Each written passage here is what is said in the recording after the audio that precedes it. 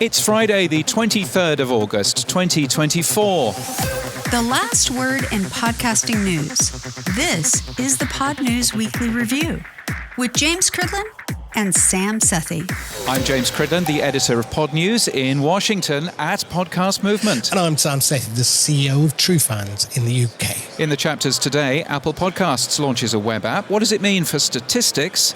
Spotify, Fountain and TrueFans are all building podcast social networks. Fountain integrates with Nostr, TrueFans integrates with ActivityPub, and OSHA launches a new AI tool called OSHA Intelligence. This podcast is sponsored by Buzzsprout with the tools, support and community to make sure you keep podcasting. Start podcasting, keep podcasting with Buzzsprout. From your daily newsletter, the Pod News Weekly Review. Right, James, let's cover the big story of the week then.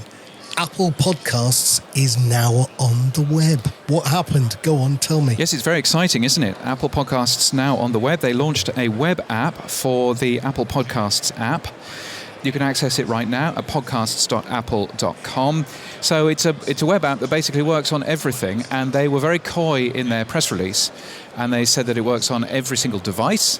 But of course that means that it works on Android phones, and it works on Android phones pretty well as a PWA, we would call it. So now you can access podcasts through Apple Podcasts on your Android phone, but more than that, you can of course buy premium podcasts as well, which of course is a very interesting thing, I think. So obviously Apple are paying Google 30% then, correct? No, they don't need to, because of course Apple doesn't actually pay any money, because they don't need to, because it's a web app. And I think that's the clever thing. It's not an app that's available in the App Store. It's an app which they've made available just as a website. So they very cleverly circumvented the Google Podcasts or the Google Play 30% tax. And this is Apple doing it. So I think that that's quite funny, and I'm surprised that they haven't actually said a little bit more about that. Well, the current version doesn't have support for transcripts, chapters or downloads. You still can't rate or review podcasts. And I thought the interesting thing was if you use it on an Apple device, if you have the podcast from Apple, it will load the App Store version, not the website version. Yes, it will indeed, because you can do a little bit more on an app still. One of the problems that they've got is, of course, chapters. Apple currently only supports ID3 chapters, and so therefore that means that chapters won't work on a web app. That's why the podcast namespace has a alternative chapters feed. So no chapters. I'm surprised that they haven't got any transcripts. I don't know quite what the deal is there. I'm sure that they might come back to that. But you know, they've got pretty well everything in there. No downloads, of course, and maybe that's going to be one of the interesting things. One of the things that Apple has done, it means that they can now get rid of iTunes for Windows. James, is that true? Yeah, I mean, so it'll get rid of a few things, a few sort of legacy things, and one of those is most definitely iTunes for Windows, which still exists. Of course, it's still a way of listening to podcasts on your Windows device, and that means that this will go away. One would assume at some point. I think you still need iTunes for audiobooks. But not for anything else. So I think that's as far, you know, they must be really looking forward to getting rid of that. So that's a good thing. And of course, so it's a clever move on Apple's part. Now, this isn't the first web app that they've produced. They've recently done the Maps web app, and they've also got a version for Apple Music and Apple TV. James, why are they doing this then? Why are they moving all of their apps to the web? Well, I think some of that is working on, just sort of having a look and a see on what they can do in the web. But of course, that breaks them out of any issues with Google. It means that they are the controller of their own destiny. They don't have to get apps approved by Google, and perhaps perhaps this is good news, because if Apple are taking web apps seriously, then that means that web apps are going to be taken seriously on iOS and other platforms as well. So hopefully that's good news for everybody concerned. Now, Apple have also in the EU got to open up the market for alternative app stores, and that's happening right now. And that's leading to a restructuring, it looks like, in Apple. VP Matt Fisher is leaving in October, and there'll be now two groups, one running the official app store from Apple, and the other one to use the alternative app stores. Again, I think they're trying to do what they're being told to do by the EU. But all of the things we talked about last week with all of the derisory amounts that you have to pay even if you don't use their app store, I don't think this is actually going to fix the problem. No, I mean, I think that there's certain. I mean, there's clearly a ton of benefits in avoiding having to get everything done through an app store, and perhaps it does help them in terms of the European issues that they're currently having. I mean, it was always the original plan was everything was going to be in the web browser. And it was, I think, because the web browsers weren't good enough back when iPhone launched that we've ended up having an app store anyway.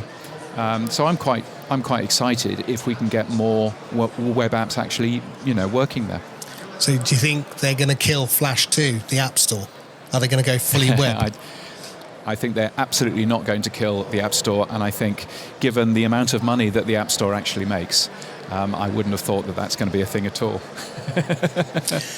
Now, I had a look around for various people's comments. So somebody said, good start, but if you have any shows from Patreon or Patreon or the like, they won't show up on the web. Yeah, I don't know about that. I've not actually tried that. So that would be private RSS feeds working in the web. I've not actually tried that, but yes, that wouldn't surprise me.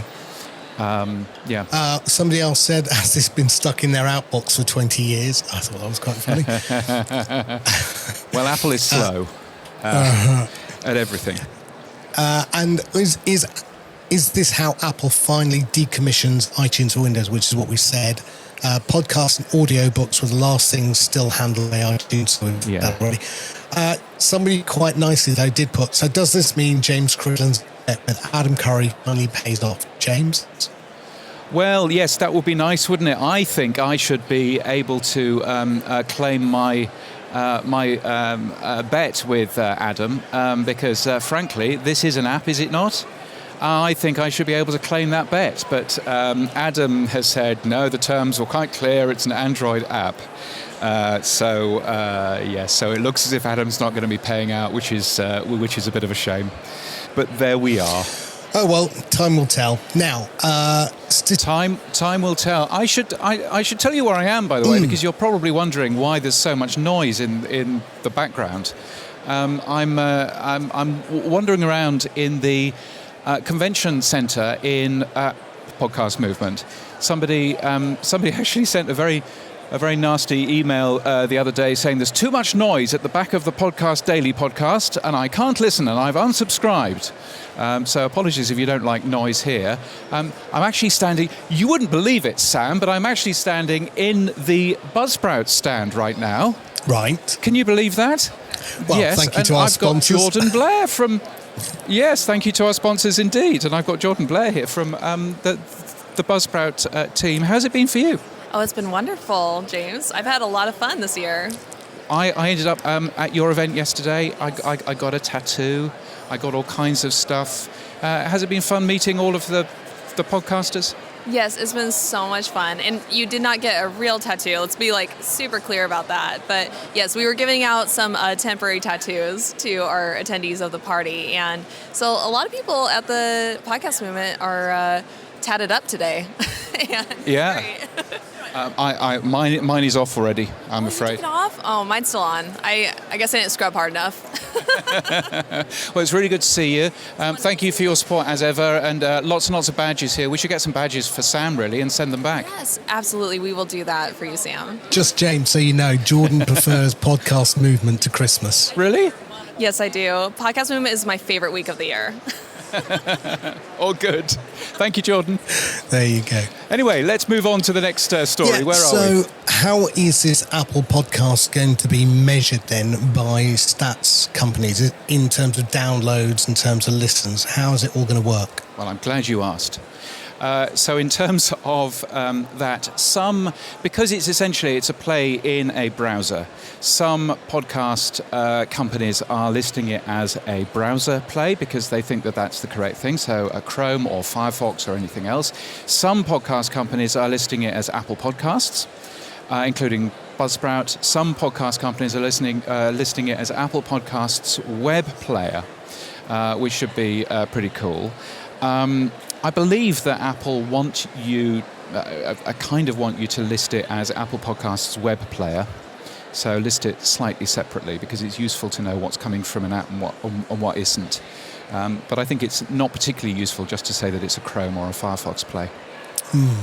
Now, Transistor and Captivate have done well with that. How will OP3 deal with this? OP3 is already dealing with it correctly, in my view, which is they're putting it under Apple Podcasts.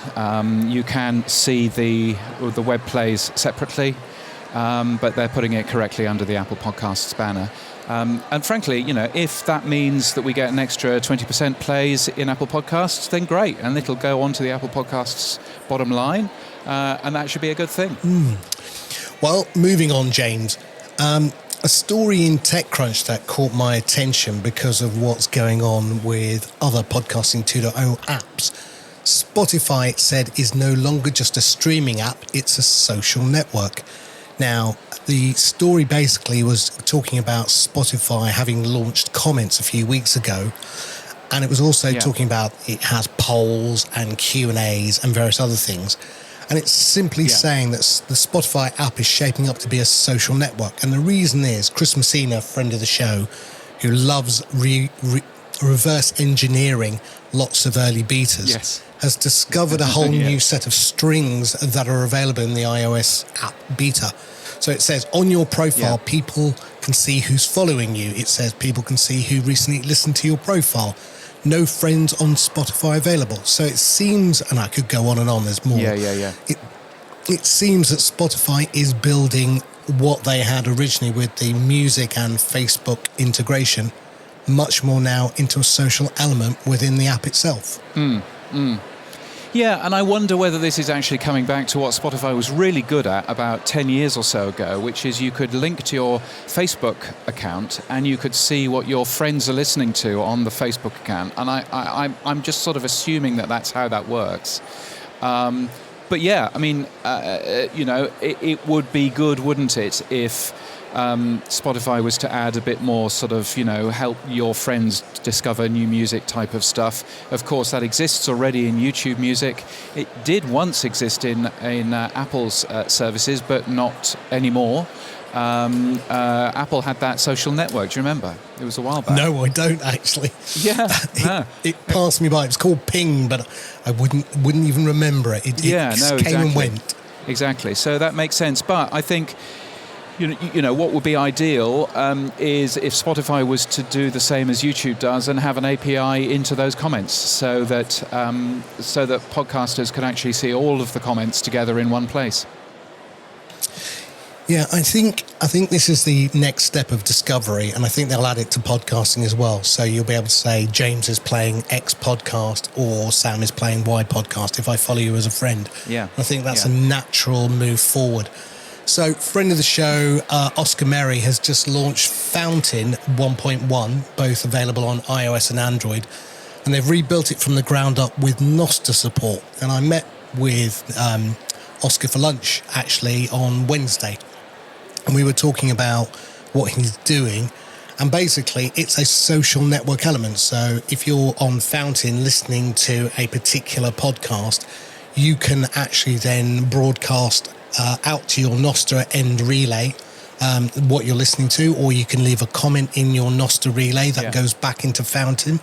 So again, another social element to podcasting. Yeah, no, there's a bunch of that. And I think, Fountain has always been a pretty social service. And, I do think that social is the future. The thing that concerns me about Spotify's version is that it's obviously closed and a proprietary thing with no API. This is better, obviously, because it's using an open platform. Unfortunately, it's using an open platform like Nostr, so which is very geeky and possibly impenetrably geeky for most people. I think what would be really good is to see a podcast app, maybe a web app, using something which is a bit more open, like the Fediverse, what Mastodon runs on. Thank you very much. Nicely teed up. That was a softball to you there. Yes, thank you.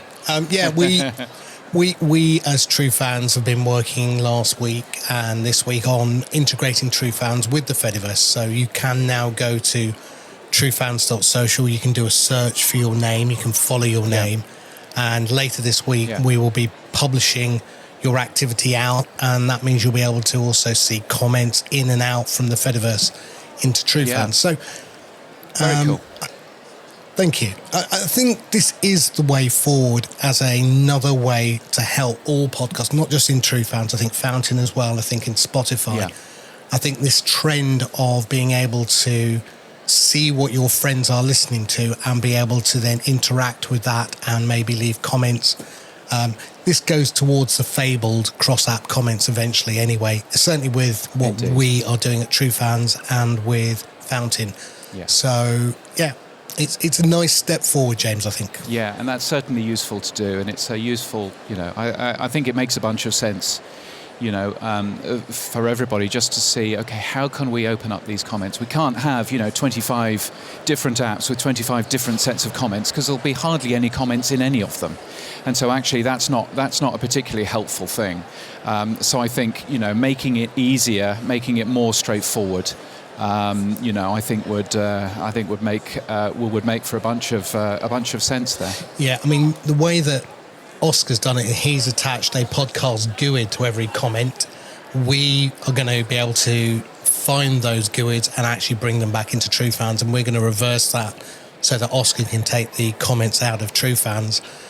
We already do it for clips, and obviously you can do that for podcasts and episodes. So I think the podcast GUID is going to be the core element that enables us to start to share content between apps rather than keep it within the walled garden. Yes, no, I think that all makes a bunch of sense. And the more sort of open we can be in terms of comments, I think that would be a good plan.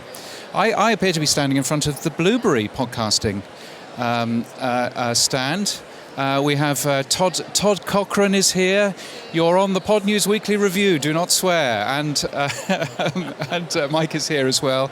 Are you tired, Todd? Has it been a tiring few days for you? No, not at all. We've been good talking with podcasters, and it's been a different kind of event. A different kind of event. You've been very upset about the lack of carpet, haven't you? Well, the carpet's one thing, but really what we're seeing mostly is folks have been creating podcasts for a long time. We haven't talked to a lot of new creators, but that's, it's okay. It's kind of the way shows go from time to time. And Mike, you're a veteran of these things as well. Have you been talking to a lot of the customers that you're supporting?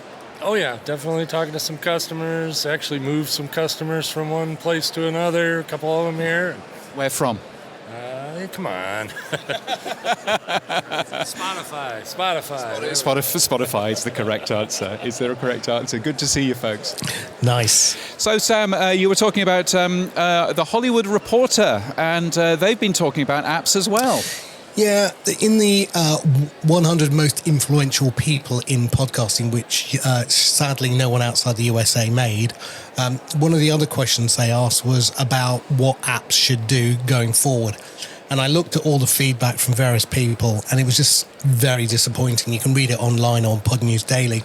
Yeah. It was very myopic. It was very much along the lines of if they asked Henry Ford what they want, and they all would have said a faster horse. They don't know what they want. And I thought Steve Jobs' quote was much more appropriate. give the customers what they want, but that's not my approach. Our job is to figure out what they're going to want before they do. And I think that's the job of people like myself and Oscar and other Podcasting 2.0 developers. Because I don't think if we said, do you want remote items? Do you want wallet switching? Do you want micropayments? I don't think any of that lot would have said yes. Yeah, yes. Although I'm not sure how many of that lot will say yes anyway. But yes, but I know what you mean. I mean it's I mean everybody just went on the lazy trope of discovery could be better, and I don't think that was particularly helpful, to be honest. No. Now I don't know if you saw, but Acast have opened their new London studios. And they're back in Old Street. Yes, which looks all beautiful. I saw a photograph. I've not covered this yet in the Pod News Daily, or maybe I have today, Friday. Who knows? Yes, really interesting. Interesting to see them spending a little bit more money on that. Ross Adams is here and is very strangely wearing some kind of sort of New York, I don't know, baseball, basketball gear. Don't really understand what he's doing there, but yeah. So good to see him yesterday. And Acast are here, but they just have a little booth for meetings. They're not doing any sort of pressing the flesh in terms of creators as well. Yeah, well, Ross supports a football team in London called Spurs. I'm sure he's trying to forget that because they never win anything. There's Spurs for you. Shall we talk to somebody else? Do you think? Go for it. Let's talk to somebody else and say hello to Rob Greenlee. Hello, Rob. Hello, James. You're on the Pod News Weekly Review. Do not swear. Wow, I'm honoured. It's wonderful to be here. How is your conference been? It's been great to see you. You've been in meetings all the time, I think. Yes, I try and talk to people when I'm at a conference. Yes, it's been very good. Podcast movement is always a fun place to be. So. Yeah, no, it's good. Do you think it's busy? What's your sort of view of the how the industry is actually going? Well, I think with the economy the way it is, I think what's happening here may be indicative of that. So it's been a little slower than past podcast movement events, and I think there's definitely indications of a little bit of a pullback in the industry, and but maybe some of the changes that are going on are healthy too. You're with. I've just interrupted a meeting. You're with Reggie from Amplitude Media Partners. Who are Amplitude Media Partners, Reggie? We are an ad sales company. So if you have a podcast, you're to the right size, you can help monetize your podcast with Amplitude Media Partners. And I saw you and your colleagues earlier on in the day. Things going well for you. I keep on seeing new people starting at your organisation. Yeah, we are continuing to expand, and not just people that work with us, but also podcasters that are working with us. It's nice to kind of get to see some of these people in person that you don't normally get to talk to, whether it be agencies, podcasters, and talking to Rob here, we were just discussing some of the latest technology or advances or changes coming in the podcasting world. So it's great to grab some of this information that you may not get unless you see them face to face, and you get a chance to talk to them and expand upon these ideas. Well, it's really good. I will let you carry on talking. Thank you so much. Right. Cheers. So, Sam, you have news about sadder news from Africa. Sadly, yeah. Africa's Podfest, the Pan-African Podcast Festival, is to close. It's after 5 years, the organisation worked with over 4,000 podcasters in Africa and advocated for African podcasting on the world stage, and that is not good news. But Melissa hopefully will find new sponsors, new investors. Maybe it'll rise as a phoenix, but right now, Africa Podcast is closing. Indeed. The tech stuff on the Pod News Weekly Review. Yes, it's the stuff you'll find every Monday in the Pod News newsletter. Here's where Sam talks technology. What have you got for us this week, Sam? Let's rush through this one, James. Dave Jones, the pod sage himself, he's close to formalising a new tag. So the podcast license tag is now looking like it will be ratified. there's been a lot of work in the background with Julie Costello and RSS Blue and TrueFans. So it's all ready to roll out. So good luck, Dave, with pushing that one forward. Yeah, it's a big piece of work, Also, podcast hosting company Osha launched an AI tool called Osha Intelligence. I ended up doing that doing a live demo of that only the other day as well. The CEO, Maxime Piquet, was in the audience as I was the first person to do a live demo of that tool, and I think he had crossed fingers, as did I, that the conference Wi-Fi would actually hold out. So that was fun.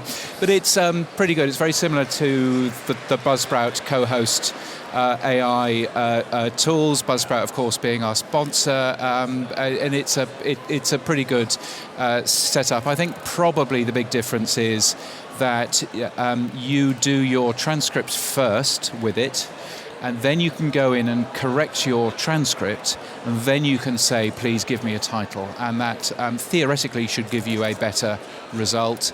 Not sure how much better result it gives you, but it was certainly, good to see a different approach in terms of that sort of AI. So, James, I keep hearing about podcasting SEO will be improved by using tools like this. How will that work? Well, because Osha is very keen in the whole podcasting SEO world, and Osha basically sees podcasting SEO as being their thing. They've done a lot of research on how to be number one in search results in Apple Podcasts, for example, and number one in search results for Spotify. And so they've pushed a bit of their know-how into the prompts for the AI. So it basically is using words and tags and things that it knows will work quite well, which is quite a clever plan on their part. Nice. I have to try it. Now, moving over to Holland then, our friend Barry from Podhome, he announced that they've added dynamic audio to Anywhere in Your Episode. Yes, it's very cool. Yeah, adding audio visualizers and stuff like that. He's clearly working very, very hard. No, he's doing fantastically. So it's worthwhile giving that checking that out at podhome.fm. Now, Mitch Downey, who is the developer and CEO of Podverse, took a hiatus. He's back and he's building a new version of Podverse, as we mentioned last week. He posted that.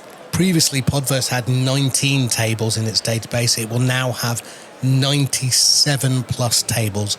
He says the explosion is largely the result of using more join tables, and we're adopting as many podcasting 2.0 features as we can in the new database. So good luck, Mitch, with that one. Yes. No, he's working super hard at that, and it's great to see him back and great to see him working really hard on that. Headliner, who we use to post this show to YouTube, has now announced that they can do automatic audiograms to Instagram, Facebook and LinkedIn as well. Yes, and the folks from Headliner are here, and they're very pleased and excited about that. I saw Neil Modi from Headliner earlier on in running shorts because he was about to go out for a run.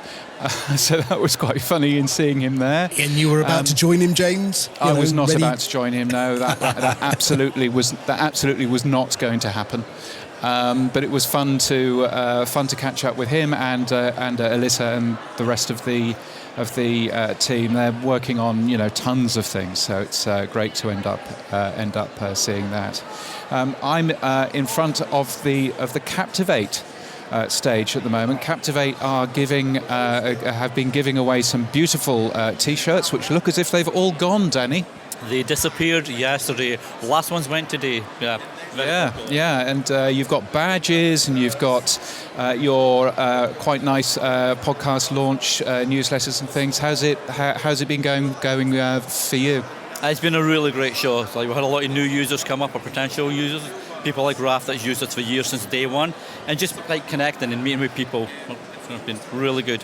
There have been some people on this very show, indeed, saying that it's been a little bit quieter than they would have liked. What's your sort of thought on that? It has seemed quieter, as in numbers, I feel. And it's a more open space planning than the last year's event. So it feels like because it's more open plan, there's less congestion. after talks, etc. So it has been a bit more relaxed, a bit more chilled vibe. But I've heard that as well. There's not been as many people maybe this year from an attendance point of view, but still seems a lot. And when are you going home? I'm going home tomorrow morning into the afternoon. Oh, excellent. So there may be a chance for a beer this evening. Maybe. Danny Brown from Captivate. YouTube has updated the company's API tools, which I thought was really exciting. Well, glad you found it exciting. I just tried to understand what they were doing, James. They allow you to now mark a playlist as a podcast, and they allow you to add a square image. Didn't think it was that exciting. No, but what that essentially allows you to do is it allows you to add, from a podcast host, allows you to add a podcast directly onto YouTube without logging into YouTube Studio. So from that point of view, super useful for the podcasters, certainly. So you can see that that's going to be quite helpful for them. So basically, if you're a podcast host like Buzzsprout or whoever, that one button that says submit to YouTube will now just work, which is a pretty good thing. So I was quite pleased with that. I caught up with one of the folks from YouTube who was also very, very pleased in terms of that, and I think that they saw that as being a real benefit, which is good. I'm with somebody else, Sam. I know I'm just taking you all over the place. When you go into Riverside and you log in, and there's this happy, smiling, bearded face. That's Stephen Robles. I'm on the Riverside sand. You're on Pod News Weekly Review. Do not swear. I don't know why I'm saying that, because we can swear if we like. How's it been for you? It's been a great conference. Got to do a panel and a talk, and meet lots of great people, talk about video podcasting. So it's been wonderful. Yeah, it's been a busy time. Are lots of people talking about video podcasting now? Is video podcasting the thing? It's the thing. I started a new show this past January. It's about 8 months old, and about a third of our audience is just watching it. And so if you're looking to start a show, or you have a long-standing show, you're looking to grow, it is the way to do it today. It's been good to see you again, and good to have you on the panel yesterday. I hope you had a great time. There's all kinds of goodies that you've had on here, including some very nice mic muffs. If only I had a microphone that was big enough for the mic muffs. But there we are. Good to see you. Pleasure to James. Sam, Oslo, open standard for location media. What's all that about? Well, I'm still a little bit confused, but it's from our friends at Spooler. Yeah. They've released a new open standard for location media. I think what they're looking at, this is not really aimed at podcasters, and it's more aimed at people who do guided tours and basically outdoor locations. I looked at the spec, and I can't quite see why they didn't submit that to the podcast standards or to the Podcast Index 2.0 group, because I think it's not that different to what's in there, and it could be adapted. But again, I guess they've got their own reasons. But it also reminded me of Ian Forrester from the BBC R&D, who released a similar technology called Smile, which is part of the W3C, which stands for Synchronized Multimedia Integration Language, which uses the phone's GPS and location data to deliver different elements of a podcast based on your location. So I'm sort of confused as to why they've come up with their own standard, but maybe it's a version that we need to look at more closely. Yeah, I chatted with James Boggs. We went out for a bizarre southern fried chicken thing, and I talked to him about that, and I think he was a bit unaware of OpenStreetMap and the benefits that perhaps a tie-in with OpenStreetMap would do. But a lot of his work is around very specific location-based media stuff that isn't necessarily podcasting. And so I think, I was chatting to him about the thoughts behind the podcast location tag. He's seemingly much more interested in that now. So maybe there may be some movement there. But they very much see the future as being location-based media, which is a really good thing. Nice. Now, one last thing, James. At Podcast Movement, a company called Code ADX has announced a new platform that connects podcasters with Shopify. Don't know if you've bumped into them. Yeah, I haven't bumped into them, but I've bumped into somebody that's worked with them in terms of that. Code ADX is essentially, it's a tool that links in with Shopify stores. So if you want to sell stuff, then it's a really easy way to get up to 15% commission on that. So that's a pretty clever plan. Their press release was very clear. They were basically saying only 1% of real podcasters make real money. And we would like to democratize that a little bit more and help that grow. So I think, it's nice to see, Shopify, nice to see Code ADX building that kind of thing in. Yeah, I think merch stores are going to be the next thing that you'll start to see a lot of the Podcasting 2.0 apps build. I know, talking to Oscar about what we were doing and what he's up to, watch this space is all I will tell you. Yeah, no, indeed. Boostergram Corner on the Pod News Weekly Review. Yes, it's our favourite time of the week. It's Boostergram Corner, and my technical expertise paid off, Sam. I was able to log into a computer the other side of the world and find out whether or not we got any boosts, which is nice. So just before we dive into the boosts, I'm just going to say hello, because I've not yet said hello to Michelle from the Podcast Academy. You're on the Pod News Weekly Review. You can swear if you like. There you go. How does that work? How's it been for you? It's been great. It's lovely here in National Harbor, Maryland, with great views, lots of energy, lots of face-to-face interaction. And it's great to see many of our members and to talk to everyone about the upcoming 2025 Ambies. Where did this year go? And you can enter the Ambies now, can't you?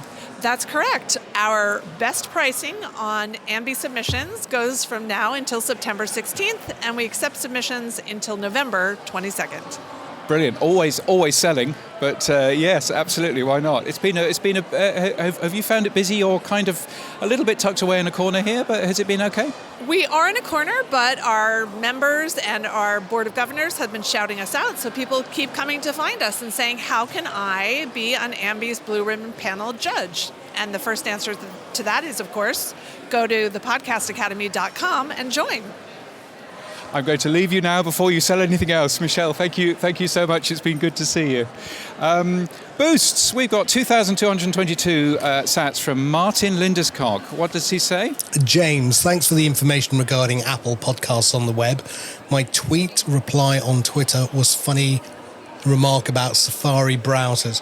How are things at Podcast Movement? Well, I think you can tell how things are at Podcast Movement. What else have we got, Sam? 1,000 sats from C. Brooklyn. I've just deleted my Apple Podcast app from my phone. It's not Podcasting 2.0 compliant. Oof. Yeah, I think well done to you, C. Brooklyn. I wish more people would follow suit. But hey, Oof. slowly catch your monkey. Yes. 200 sats from John McDermott, who says I would like to thank Rob Walsh for his comments on Podcasting 2.0, because James riffing is what reminded me to switch apps this week. Okay. Next problem for the 2.0 space. I had no idea what a good boost is. Yes, 200 sats is not a good boost, but nevertheless it's a boost, John. So thank you for it. He adds, sorry if I'm cheap, I mean well. 222 sats from Gene Bean. Yay, I'm glad to have improved your life via Home Assistant. I think that's your garage, James, isn't it? Yes, that's my garage lights and various other things. He also asks, regarding the multiple information sources from Bumper, do they integrate in information from streaming sats or boosts in any way? I ask because they represent active engagement from a listener. The quick answer is no, they don't, not yet. They do interact with OP3 though, and OP3 does that if you add OP3 to the to your splits. So you can kind of do that within the OP3 world, which should exist in the Bumper world, but of course very, very small. Yeah, it's the third element that I was talking about. So Bumper does listen time, percent complete, but they don't do value paid, and I think we will see value paid as the third metric that people will start to look for when they want signal from how people are listening to your podcast. Indeed. Let's say thank you to our Magnificent Seven. Those are our power supporters who come to weekly.podnews.net and very kindly give us some money. Cy Jobling, Rachel Corbett, Dave Jackson, Mike Hamilton, Matt Medeiros, who was going to be here, and then his flight was cancelled. So he's not here, which is a big shame. I was looking forward to meeting him. Marshall Brown and Cameron Mole, and that's all very kind. Sam and I share the value that you give us from this very show. It doesn't go into the big Pod News pot. So all of your help is very, very much appreciated. If you get value from this show, either hit that boost button if you're using a new podcast app, or go to weekly.podnews.net, which is where you'll find all of the support that Buzzsprout can give us. So what's been happening for you this week, Sam? Well, as I kept saying throughout the show, me and Oscar Murray had an unconference meeting up in London at Liverpool Street. It's great to catch up with Oscar, actually, because we both have very similar thoughts. We have very similar challenges, and we are trying to make our apps work better together.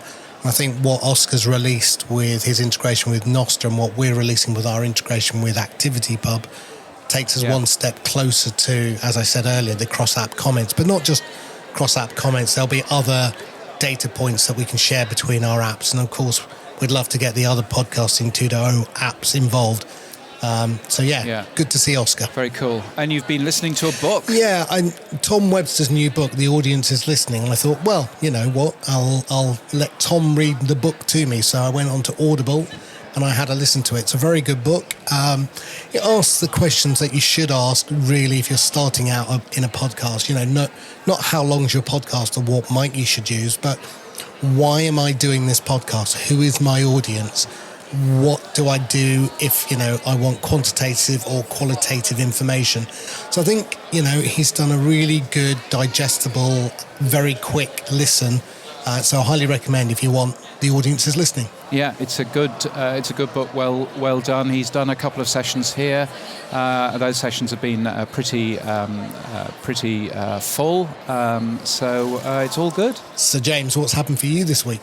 Well, as you can tell, I've been here, helped by Qantas that managed to cancel one of my flights on the way here. So I had to fly 3 hours in the wrong direction. Oh no! To then fly 3 hours back again. So that was handy.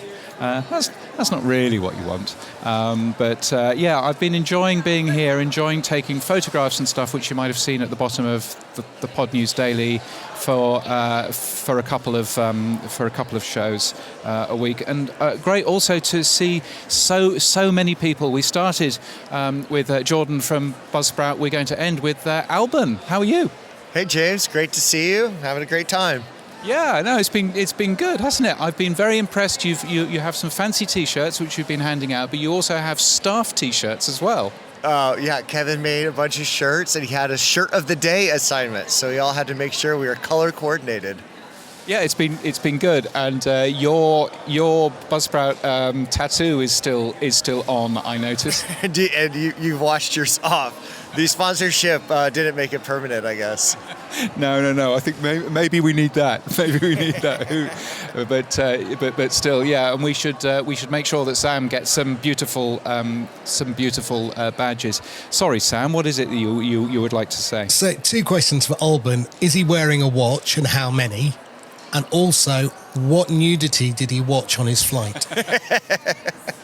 I'm not wearing a watch. I've got a Whoop. I find it embarrassing to wear the double wristbands. Sorry, what is it? A Whoop? A Whoop, it is a fitness tracker. This is not a sponsor, but definitely everybody at Buzzsprout seems to have one. And then didn't watch anything on the plane. I read a book. No nudity. So how are you going to a watch bar? And did you, Sam says, are you going on a watch bar? Of course, that was where we had the Buzzsprout meetup last night. I was informed. Other people found that bit on Buzzcast funny. I still do not find it to be that great. There were lots of sports watching, and a ton of people came up and showed me their watches just to troll me after I said that was a ridiculous idea. So lots of Rolexes, lots of expensive watches last night. Well, it was a pleasure to see you. Thank you so much, and thank you for your support as well, Alban. And that's it for this week. If you enjoyed the podcast, the newsletter's better. You can find it at podnews.net and the Pod News Daily, wherever you get your podcasts. And there are normally longer interviews in the Pod News Extra podcast as well, although, as you can tell, not this week. No. You can support this show with Sats. You can give us feedback using fan mail, which is in our show notes, or you can send us a boostergram. Our music is from Studio Dragonfly. Our voiceover is Sheila D. Our audio works today through CleanFeed and the slightly dodgy Wi-Fi. And we're hosted and sponsored by Buzzsprout. Start podcasting, keep podcasting. Get updated every day. Subscribe to our newsletter at podnews.net. Tell your friends and grow the show.